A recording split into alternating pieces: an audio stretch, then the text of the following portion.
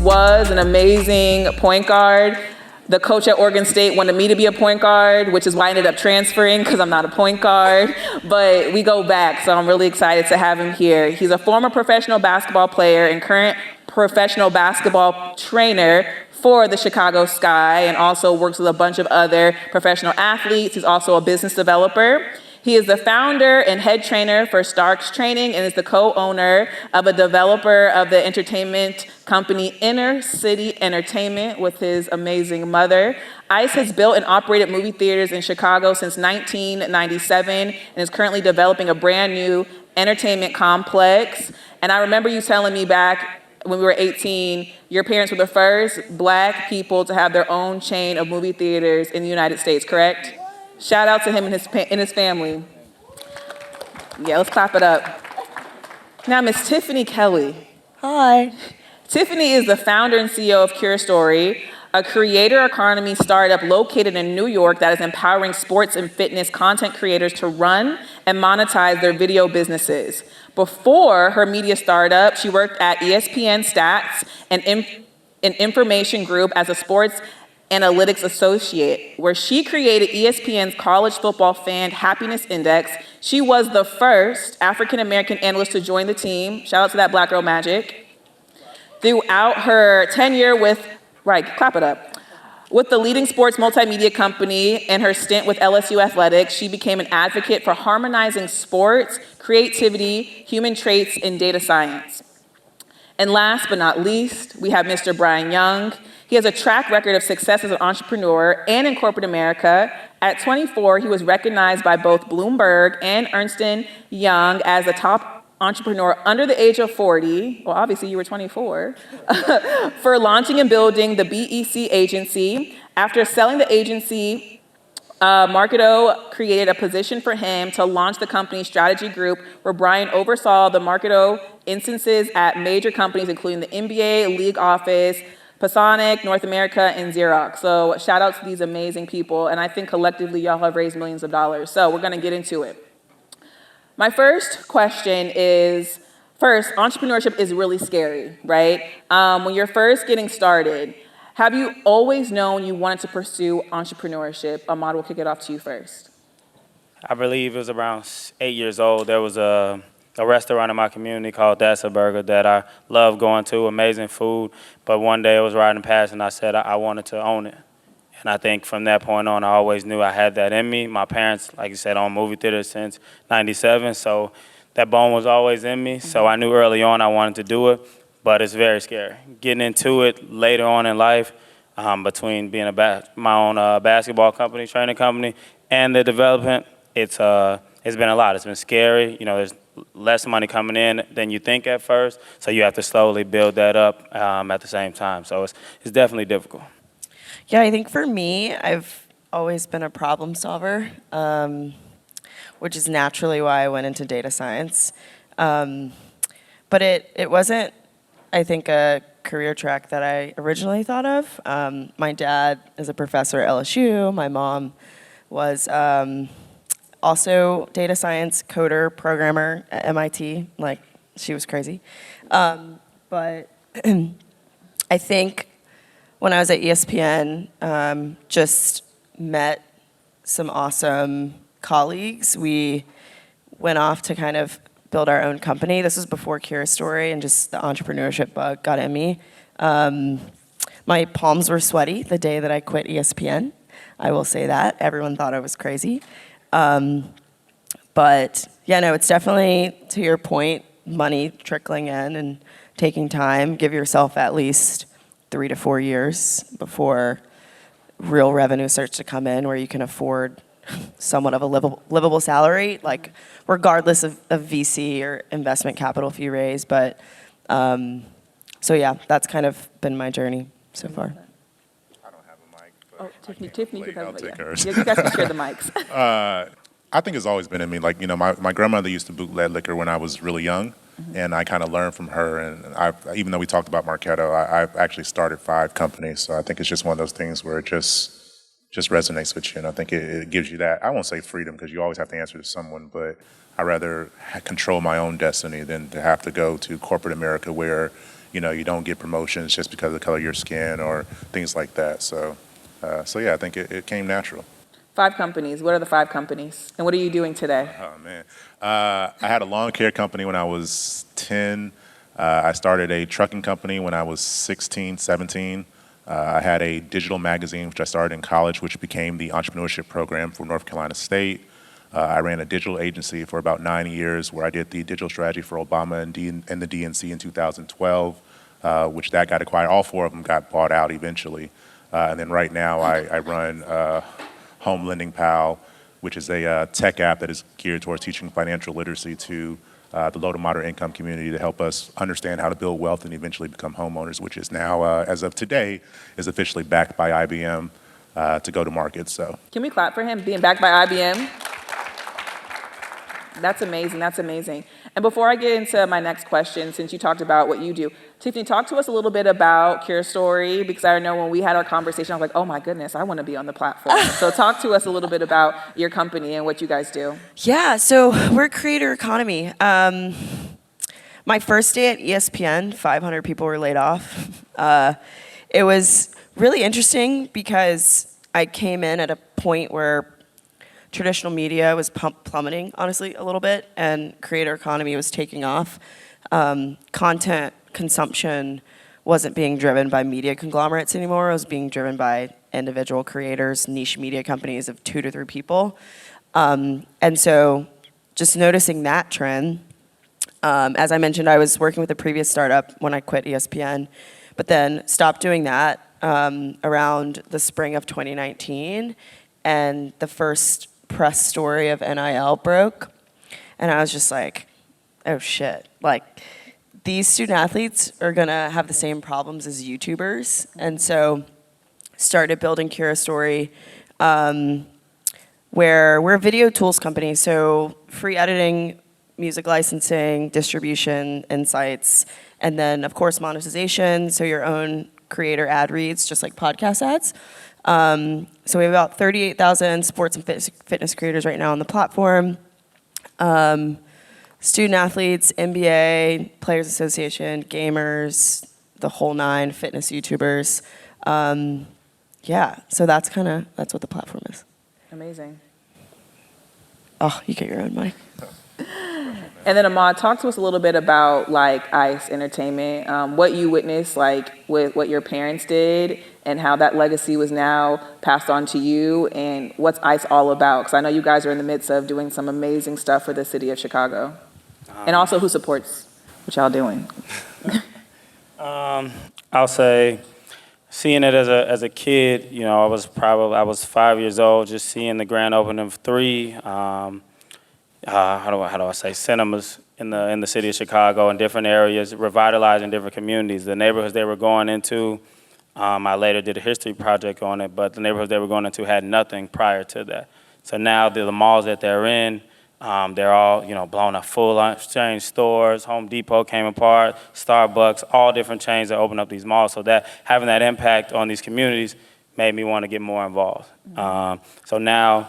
My mother and I, my father passed away years ago, so my mother and I are developing a new entertainment complex separate than what we've ever done. This will have a dine-in movie theater, a Creole restaurant, bowling, sports bar, lounge type of thing, but also an event space at the top for all type of events, concerts, comedy shows, you name it. So it'll be great to do that. This one in particular be in my neighborhood on the south side of Chicago, which will be amazing for, we have nothing over there in totality. I love that. I love that. So can each of you talk me through your fundraising journey, and to this day, how much have each of you raised, like an approximation? And let's start with you, Bryan. It is Big money over here. Nah. Are we in the billions yet? It is a journey. So Home Lending Pal has raised $4.5 million to date. We are currently raising $15 million. We had our term sheet pull. Our term sheet is basically an investor saying that I'm willing to invest into your company. They pulled the term sheet last week because I basically said that I want to buy back the company because they're trying to take about 33% of the company away from me. But we hopefully have solved it this morning. In terms of the people that are looking to invest in us right now, it's mostly strategic investors, lending institutions. So we have like Rocket Mortgage, Wells Fargo, Citi, Truist, and a couple others that are looking to lead the round. But typically when you have a VC come in, they say, okay, well, I'm gonna give you X amount of money for a particular valuation. The valuation basically determines how much money they're going, or how much of the company they're going to take away from you. And because of the volatility of the current market, they are trying to say that our valuation is much lower than what it should be. We should have been in the kind of the 80 to 120 million dollar range, and right now we are looking at the 30 to 45. So, I say that because fundraising is a journey, and as a minority, less than 2% of overall funds goes to Black and brown founders and women. So it is definitely a journey and a struggle for all of us right now. Yeah, but congratulations on the success that you've had so far. Like, that's amazing. That's amazing. Now, Tiffany, how much have you raised so far? In total for Cure Story, 2.3 million. We are also in market for our 20 Series A right now, which we just got our co-leads last week. So that's not being announced until a couple months. But So we got the exclusive here at the Athletes Unite conference. you don't know who the co-leads are. I can't say that yet. But yeah, no, we're currently backed by Lightspeed, Cameo, Snapchat investors, Techstars, Mindspring Capital, some good tier 1 VC funds, and then the co-leads for this round also tier 1 too. As far as like process, man, it's not easy. So we did $250,000 for our pre-seed, and that was all equity crowdfunding and a few angels. And it was so funny because I tried VC, like pre-seed VCs, and it's difficult. I mean, raising money without a network is like really hard. And by network, I mean if you didn't go to an Ivy League school, if you're just not super connected.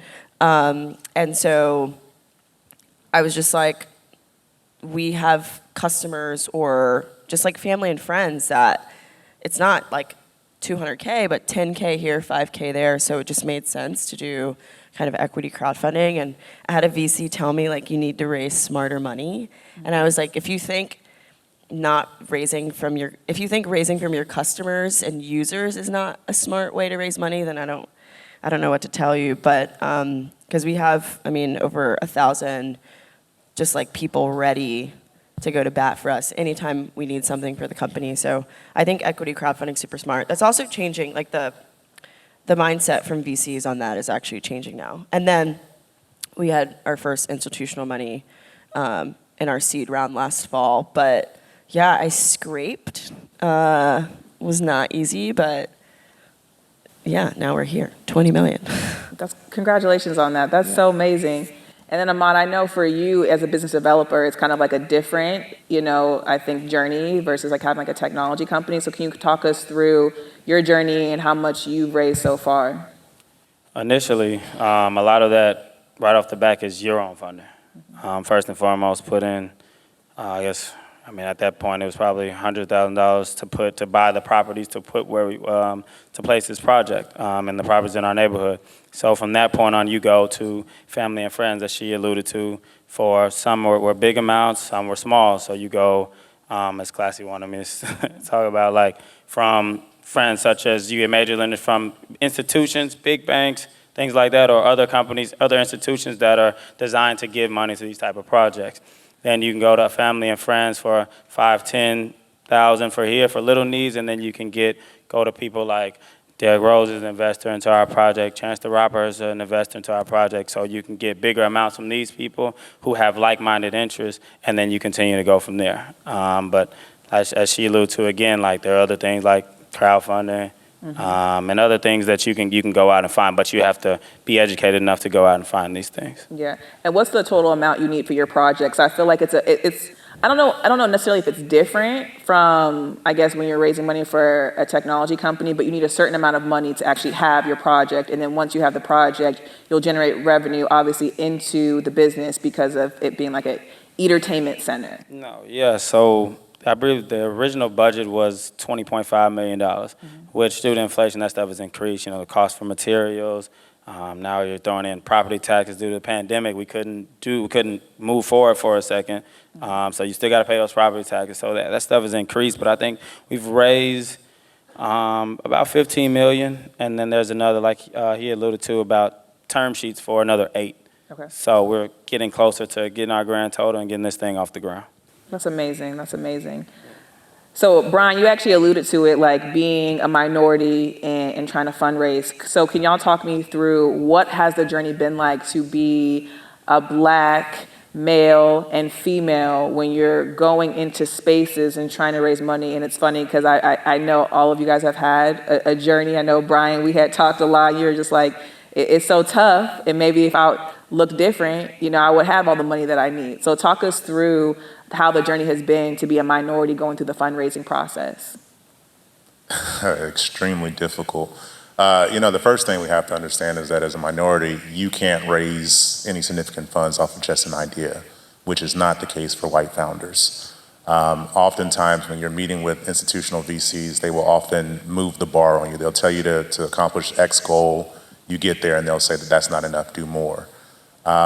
Even when you think you have terms as we are now, and I will say for our round, it's not just me fundraising. Like, we have the CEO of IBM, we have the head of mortgage for Wells Fargo, we have the GSEs, or Ginnie, Fannie, Freddie, and HUD, who are saying we need this product, fund this product, and the VCs still won't give us funds. If we were white, we would have multiple term sheets again. We would have pretty much our pick of the litter of what we want.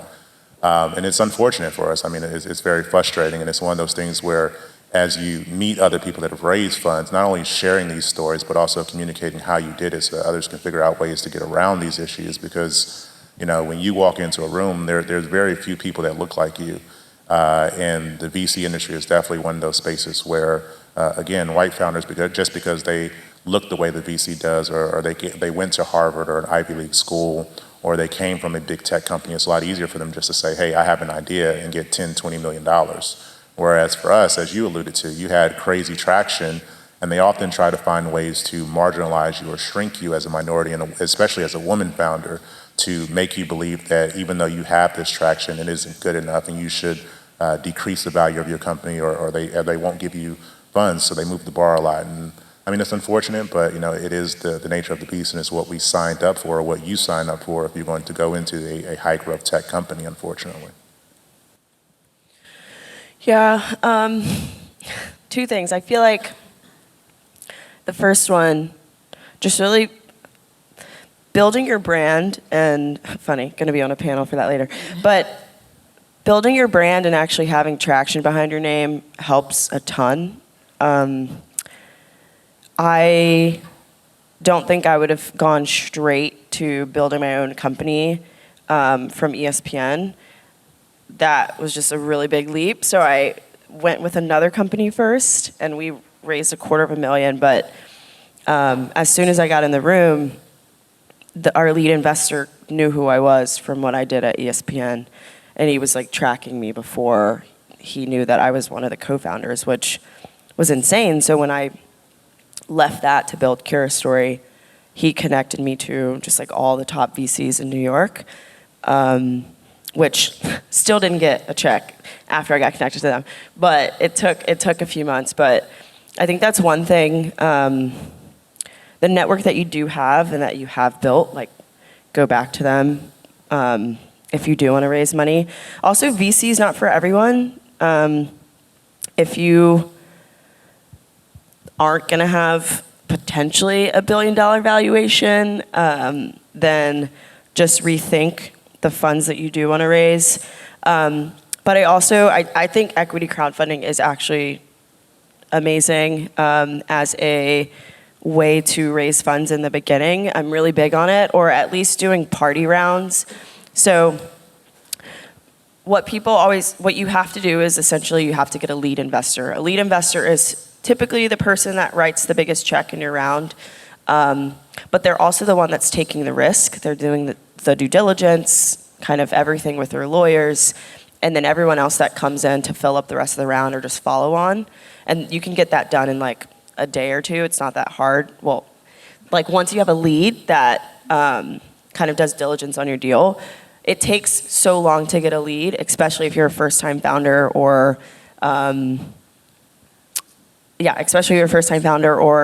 you are a person of color or a woman. So I was out raising, trying to get a lead investor, and nothing came through. And I was just like, screw this. We have like $250,000 ready from friends and family that want to get into the round. And so we did a party round.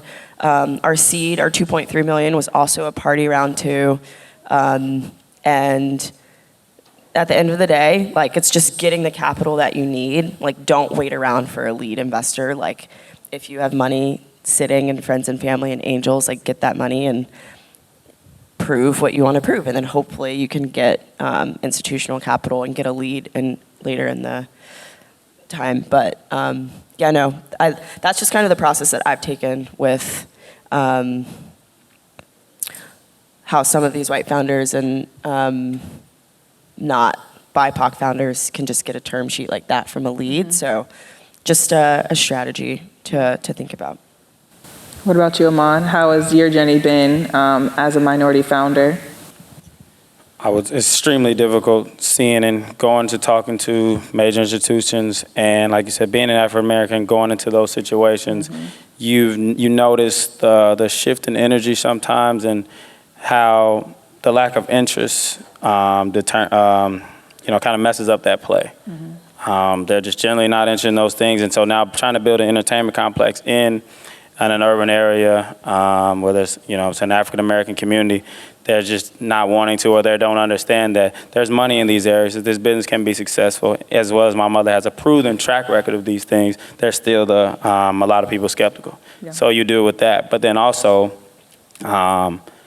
being that she is a woman, she's the head honcho, the CEO of this project, of this company. So being a woman, you get those little pushbacks as well. And I've noticed that over time. I've had a long-term family friend of mine who, very successful, came to me one day when he didn't know I was super affiliated with the project, but once I was running everything down for him, he said it made him more comfortable that I was a part of it.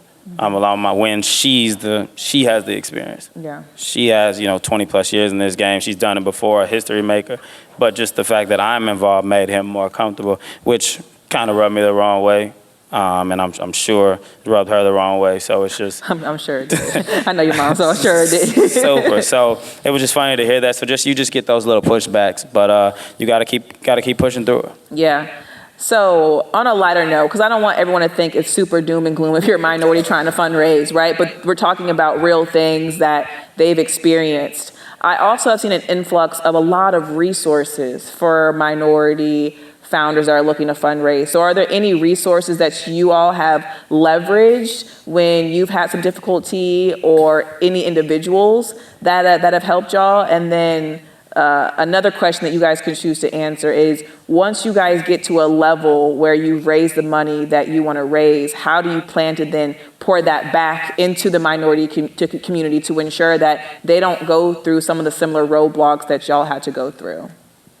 So they have what are known as accelerators, which are basically 8 to 12-week programs in which you can join. Some of them will actually give you cash. I think you mentioned Techstars, which is one of the good ones. They'll give you anywhere it can be one of the good ones. It depends. But they'll give you anywhere from $25,000 to $125,000 usually for that program, depending on kind of where your product is at. But more importantly, they help you build a network. They help you find other institutional VCs that might be interested in funding you in later rounds. They help you try to bring customers. We're in the financial services sector, so we get warm introductions to different lending institutions and bankers, as well as if you have just need advice or guidance, they're able to give you that. And when you're fundraising, you have what's known as a data room, which is basically, think of it like your business plan. You don't go as a founder. We don't have time to go out and write a 100-page business plan, but we do have time to go do a 20-slide or 20-page slide deck, and then also have our financials together. So they basically teach you how to tell a story that will get VCs excited. In terms of giving back, we are becoming a B corporation, which is basically the saying that we are a for-profit, but we are a for-good profit. So we do things to give back to the community. And as part of that, one of the things that we're doing is basically giving funds back to different organizations that are intended to help younger, especially minorities, Black and brown people, do more in terms of understanding finances, as well as putting them into a better position to buy a home. And up to 2% of our profits will be giving back towards that. And then also, as a subcontractor of IBM, the reason that I'm doing that is because that allows us immediate access to HUD, who's just approved over $10.3 billion in grants for affordable housing. And one of the things that we're going to implement on our platform is gamification, where as you create accounts, as you get yourself into a better position to buy a home, we are going to reward you with credits that can go towards your down payment or your closing costs so that you can actually afford to become a homeowner. That's amazing. That's so amazing. Love that. Yeah, Techstars is great. They gave us capital, and they have something called Mentor Madness, which like the first 2 to 3 weeks, they're just connecting you to a bunch of people, and we met one of our biggest investors in our 2.3 from that. So definitely apply for accelerators if you think it makes sense. Definitely choose the program that works for you. We did Techstar Sports because we only have sports and fitness creators on the platform right now, so it just made sense. But there are a ton out there just around the U.S. To look into. We also did grants, so the SoGal Foundation, Black Female Founder Grant, we got that. There's a grant that we just got that I also can't say right now, which they're awesome. It's about $100K, very big company, tech company. So grants are awesome in addition to Techstars, or to accelerators, especially the ones that are no equity. So apply for those as well. As far as giving back, obviously, once we liquidate, I'm also going to be investing in people of color and Black female founders as well, but that'll be in a few years.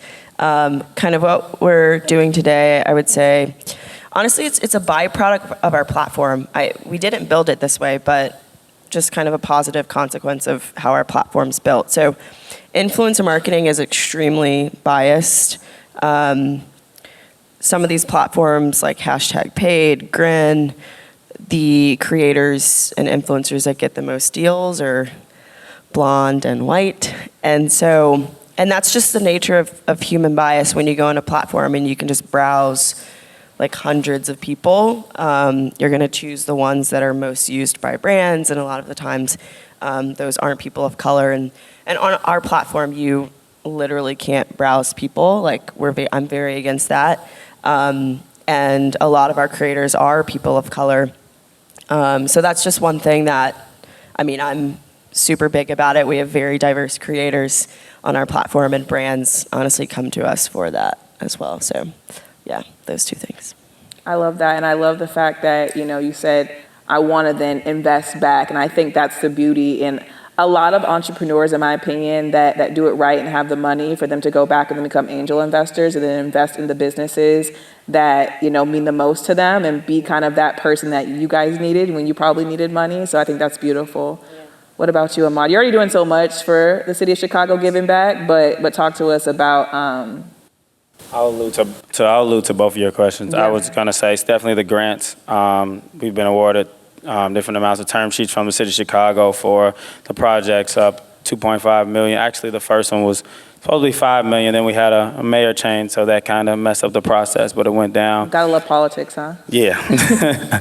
So the grants, but then you can also research and do, look for grants that fit the criteria of your project, but then also maybe small interest loans and things like that are also available. So continue to look for those things. As far as giving back, that's, kind of the premise of everything my family has done, this project, as well as myself. Even as far as me as a basketball trainer, I work with tons of pros, but the thing I get most excited about is my youth.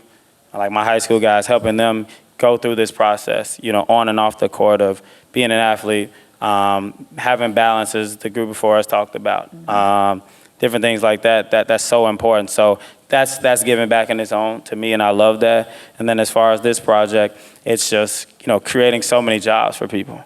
This project is gonna allow for up to 300 jobs for minorities. So it's just, that whole thing is just, and then providing a service that we don't have, great food, entertainment in a neighborhood that lacks tons of things. So just giving back is pretty much everything this is. So continue to do that. No, I love that. I'm gonna ask one more question, and then I'm gonna open up the floor to our guests. So What is advice you would give entrepreneurs that are first getting started in their fundraising journey? And you guys don't even know, but I'm going to be listening to you guys specifically because I had to fundraise to put this conference together, which was difficult, but I have some tricks up my sleeve. What's the future for Shakeout? So please give us some good answers because I'm going to watch the replay and take notes of everything that y'all say. I think the first part is, just telling people what your goals are and what your needs are. You have to, as she mentioned earlier, you got to kind of set a price point of where you think, how much you need to raise and why you're raising the funds. Beyond that, it's really opening up your network and building a network of individuals that are tied to venture capital. There's plenty of associations and events that you can go to meet venture capitalists and kind of get an idea of kind of what's going on. You can also take advantage of your local SBA, which they'll kind of help you in terms of understanding the financial component. But when you're asking someone to give you money while they're initially investing in you, the money is going towards helping you build your dreams. The biggest thing people forget is that, as you're telling that story through your presentation deck, et cetera, you also need to have that story matched by the financial forecast of where you're going with that story.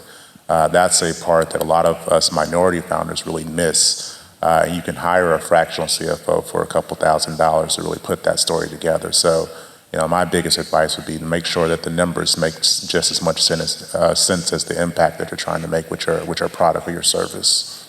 Outside of that, talk to other founders. Add us on LinkedIn, take advantage of LinkedIn. People do not, a closed mouth doesn't get fed. If you reach out to me or to a VC, the worst they can say is no. If they say no, keep it moving, push on and go to find someone else. But I think we get so concerned that by sharing our idea or our concept, someone's going to steal it, when in reality, if it's that good and you are that passionate about what you're building, I could tell you all today exactly what Home Lending Pal does, and I'm confident enough to think that no one in this room could actually replicate what we're doing. So not to say that I would go do that, but tell enough of the story without giving away the secret sauce that it gets people excited and wanting to invest in you and help support your dreams, basically. I have two things, not just one. Of course, that's okay. we got First one, raising money is a sales cycle. I see so many founders, I need $1 million, let me go out and raise $1 million, and not actually have a process.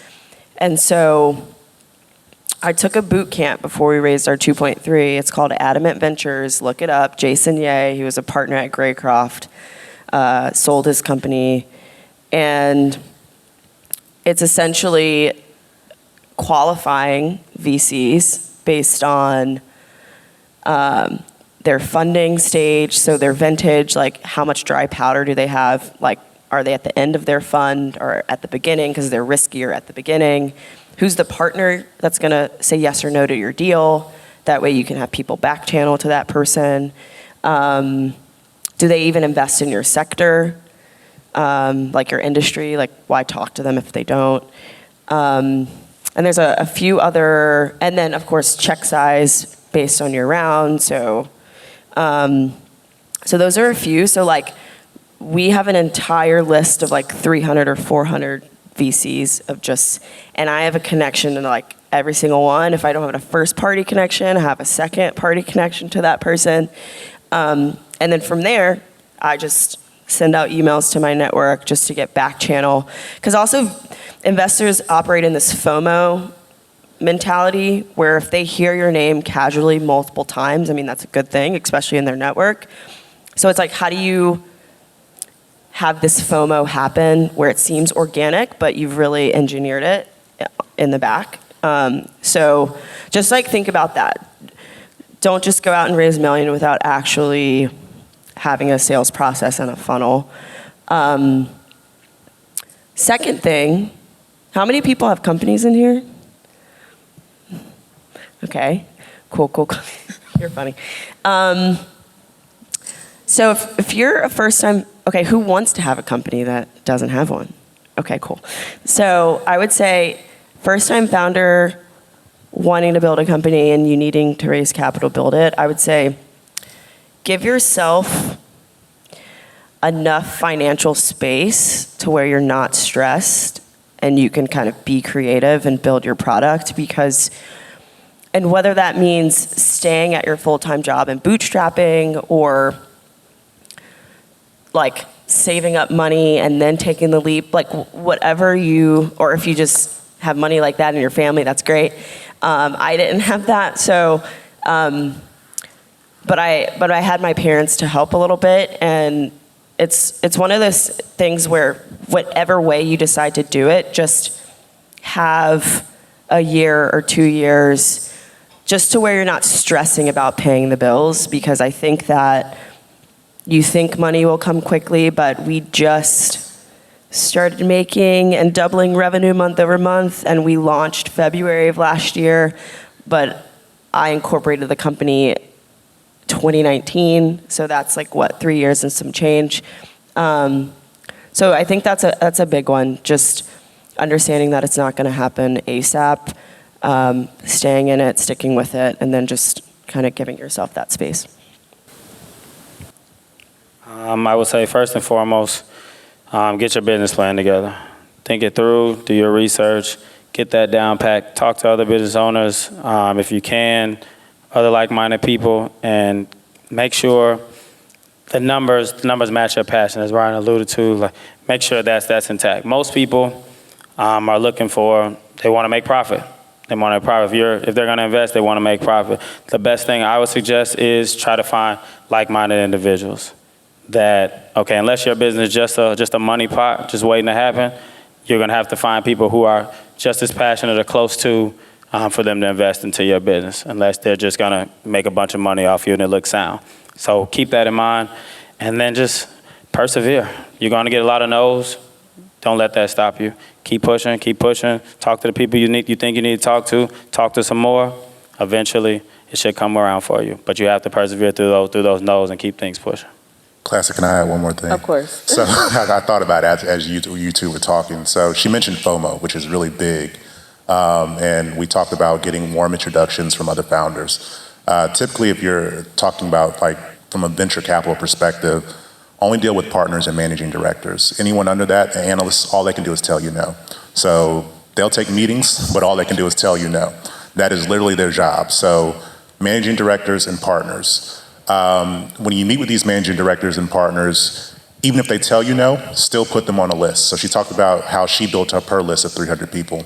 Oftentimes we'll share these lists with you, but put them on that list, and every month create a single one page that has a highlight of what you did successfully that month. So if you had month over month revenue growth, if you had a huge spike in user traffic, if you had media, TV coverage, put that in an email and send it to them every month. That's how you build that FOMO, to make them say, hey, I am missing out on a great opportunity to invest. Outside of that, I felt like there was one more point I was going to bring up, but those are really two critical elements. Like, you have to get investors to feel like you're missing out on something that could be really big. And to do that, that's really how you kind of start those conversations and keep those conversations going. The last part, actually I do remember, the last part is that pretty much everyone in here is either a minority or a woman. So typically in the VC space, unfortunately, or in the investment space, you'll either get a very hard no, or you'll get a very soft no, a gray area, which is still a no, and I call it gaslighting, where VCs they do it so well, where it's like, oh, well, if you can go get a lead, we will be more than happy to follow on, which is basically saying that we don't believe enough in you and your company to lead the round ourselves, but if you can create that FOMO from someone else, we will follow on to you. And the reason I tell you that is because most founders get so excited that, hey, they told me if I can follow a lead, I can just have them follow on. They kind of fall in love with that one VC, even though they have no intention of investing in you, but they also have no intention of telling you that they don't want to invest in you.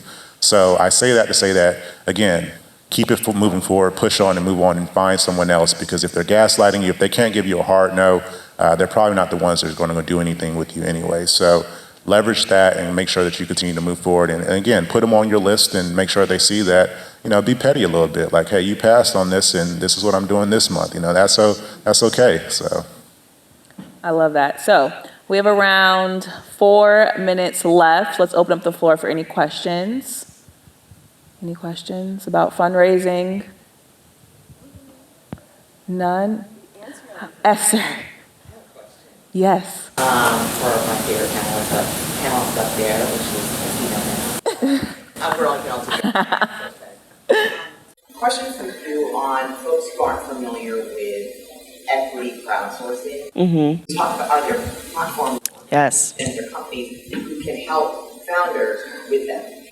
Yeah, so the two big ones that we've raised on are WeFunder and Republic. We did our pre-seed on WeFunder, literally like 0 customers, basically just me and a few paragraphs. And I think 70% of the investors were actually from the WeFunder network. So I think WeFunder's awesome if you don't really have a network, and your idea is just super solid. People will invest. They'll invest $100, so we have like 1,000 or so investors, but it moves the needle. And then Republic, since we had institutional VCs, that was mainly our customers, creators, brands that wanted to get on the round, and some family and friends too that followed on as well. But those are the two big ones. There are more, like Net Capital, Start Engine, but I think those two are the best. I think that's all. Yeah. So, as a minority business, do you guys have any type of certifications, like MBE certifications, health zone certifications, stuff like that? Does that help within the VC space, the tech space at all? What do you mean by certifications, like IP and stuff? Minority MBE, NSM. Yeah, so we have. I mean, so we are in the hub zone. The city of Orlando has allocated more than $1 million to help us hire talent to that hub zone. But with that, I think the median income or average income in Orlando is like $50,000, and we're expected to double that to like $95,000 per role. So if you're looking for stuff like that, your local city council or city organizations, the city of Atlanta, I guess, ours is the city of Orlando, they would be the kind of the starting point for that. In terms of like hub zone certifications or minority certifications, it really depends on if you're looking to do government work. I mean, it's more beneficial there than it is to institutional VCs. However, I will say that because of George Floyd and things that have been happening in the past, you are seeing more black and brown venture capital firms that are intended to invest into the local community for that. And there are hub zone investment, they call them hub opportunities, in which by headquartering your company in that area, you can get anywhere from $250,000 to $500,000. But again, it has to have an influence or impact in that area. So in our particular case, the area that we're in, we're trying to actually bring staff there, but we're also trying to have increased home ownership in those areas as well. So again, you have to talk to the city, talk to your local councilman, et cetera, and understand kind of what their goals are, then try to align your business with them to get the most out of it. But yes, there are opportunities to make money from grants and stuff because of your ZIP and your hub certifications. One last question. Anybody? All right. Well, round of applause for these amazing entrepreneurs. Thank you guys so much. Thank you. All right.